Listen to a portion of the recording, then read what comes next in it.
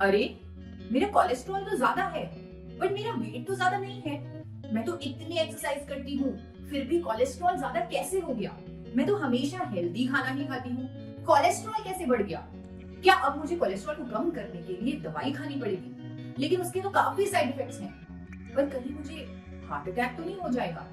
ये सब कुछ सुना सुना सा लग रहा है ना। अगर मैं आपको कहूँ it's not cholesterol, it's your wrong understanding of your cholesterol report जो आपको स्ट्रेस देती है, डराती है and puts your heart at risk.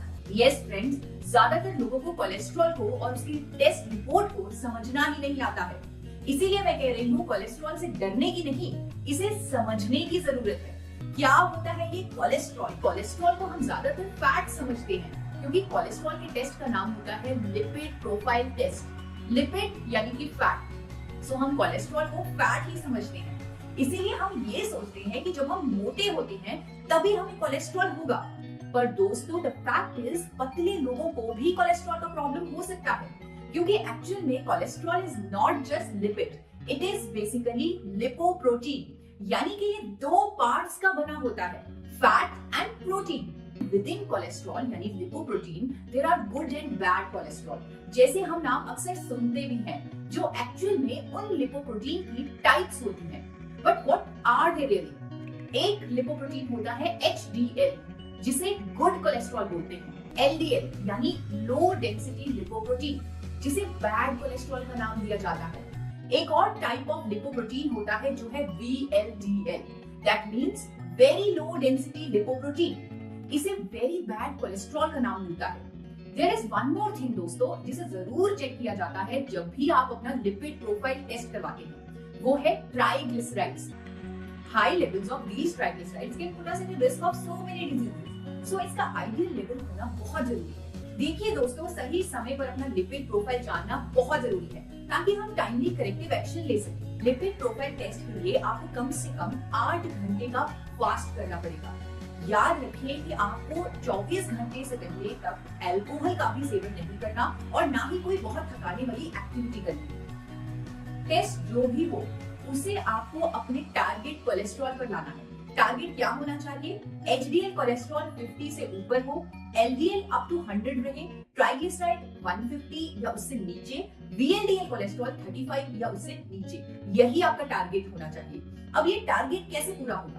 I recommend to add a lot of fiber in your diet and follow a whole food plant-based diet. दोस्तों, सही time पर lipid profile test होना जरूरी है ताकि हम आइडियल नंबर्स मीट कर सकें। कुछ नेचुरल सॉल्यूशंस और लाइफस्टाइल चेंजेस से हम अपना HDL कोलेस्ट्रॉल हाई और LDL ट्राइग्लिसराइड VLDL कोलेस्ट्रॉल कम कर सकते हैं। आपने सुना होगा सुबह उठकर लहसुन चबाना, तुलसी के पत्ते खाना, हल्दी लेना, अदरक को डाइट में इंक्लूड करना या फिर सुबह उठते ही मेथी का पानी पीना।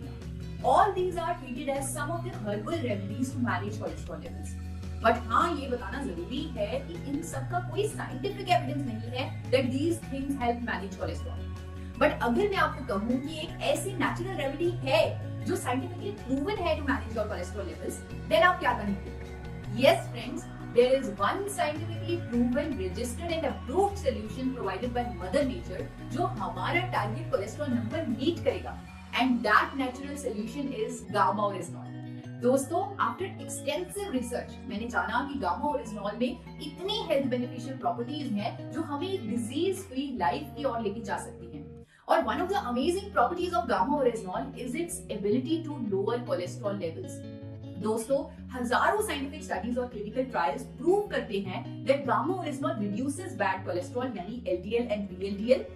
और यही नहीं, it also increases good cholesterol that is HDL in our body. यही नहीं, अनेकों स्टडीज ये भी कंफर्म करती हैं कि गामा ओरिजिनॉल ट्राइग्लिसराइड लेवल को भी लोअर डाउन करता है। यानी अगर हम गामा ओरिजिनॉल कैप्सूल्स अपनी डाइट में इंक्लूड करें तो हम अपने कोलेस्ट्रॉल को हमेशा के लिए मैनेज भी कर सकते हैं। As per various studies, it reduces cholesterol absorption in our body and also increases cholesterol excretion by converting it into bile acid. Even friends, इस बेनिफिट के लिए अनेकों क्लिनिकल ट्रायल्स में गामा ओरिजिनॉल सप्लीमेंट की effective doses 300 mg per day recommend भी हुई है। इसीलिए मैं इसे प्रूवन नेचर सॉल्यूशन कह रही हूँ to meet our target cholesterol levels. Japan की सरकार ने गामा ओरिजिनॉल को कोलेस्ट्रॉल कम करने वाली कुदरती दवा का दर्जा दिया हुआ है। यही नहीं, जब आप मेश ड्रग्स डेटाबेस देखेंगे आप पाएंगे कि सिर्फ जापान ही नहीं, America, United states of America की सरकार ने भी गामा ओरिजिनॉल को अप्रूव किया है as a hypolipidemic agent to treat hyperlipidemia, that is elevated cholesterol levels. यही नहीं दोस्तों, गामा ओरिजिनॉल सप्लीमेंट्स के अनेकों बेनिफिट्स को देखते हुए भारत सरकार ने भी इसे न्यूट्रास्यूटिकल का दर्जा दिया हुआ है। सो इस न्यूट्रास्यूटिकल को आप जरूर अपनी डाइट में इंक्लूड करके अपने कोलेस्ट्रॉल लेवल्स को हमेशा के लिए खुद कंट्रोल में रख सकते हैं।